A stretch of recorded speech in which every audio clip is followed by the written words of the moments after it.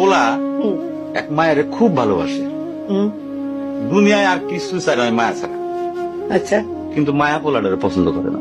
Oppo অনেক চেষ্টার পর মায়া সে পোলাটারে কইল যে ঠিক আছে, হ্যাঁ আমি তোমারে ভালোবাসতে পারি, হ্যাঁ আমার একটা জিনিস এনে দিতে হবে। কি রে?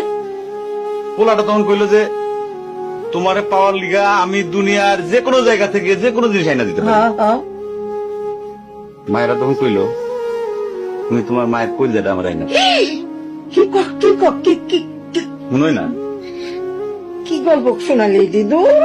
পোলা তখন দৌড়াইতে দৌড়াইতে তার মায়ের কাছে গেল, হ্যাঁ মারে যায় কইল হ্যাঁ মা আমি একটা মায়ের ভালোবাসছি, আমি তার ছাড়া বাঁচুনি, হ্যাঁ কিন্তু ওই মায়া আমার একটা জিনিস নিয়ে যাইতে কইছে, সেটা হলো তোমার কলিজা।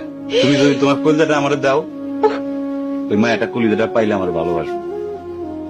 মা তখন কইল তুই আমার একমাত্র বুকের ধন, তোর সুখের জন্য আমি সবকিছু করতে পারবো। পরে মা বুকটা ফাইরা কলিজাটা বাইর করে পোলার হাতে দিল। আরে মা, পোলাটা কলিজাটা হাতে পাইয়া যে কি খুশি, মা দৌড়াইতেছে দৌড়াইতেছে দৌড়াইতেছে দৌড়াইতে দৌড়াইতে হঠাৎ রাস্তার মধ্যে উষ্টা খাইয়া পড়ে গেছে। হাতের কলিজাটা হাতের থেকে সুইটা রাস্তার মধ্যে পড়ছে। তখন মায়ের কলিজাটা কইতেছে ব্যথা পাইছো বাজান? কেন?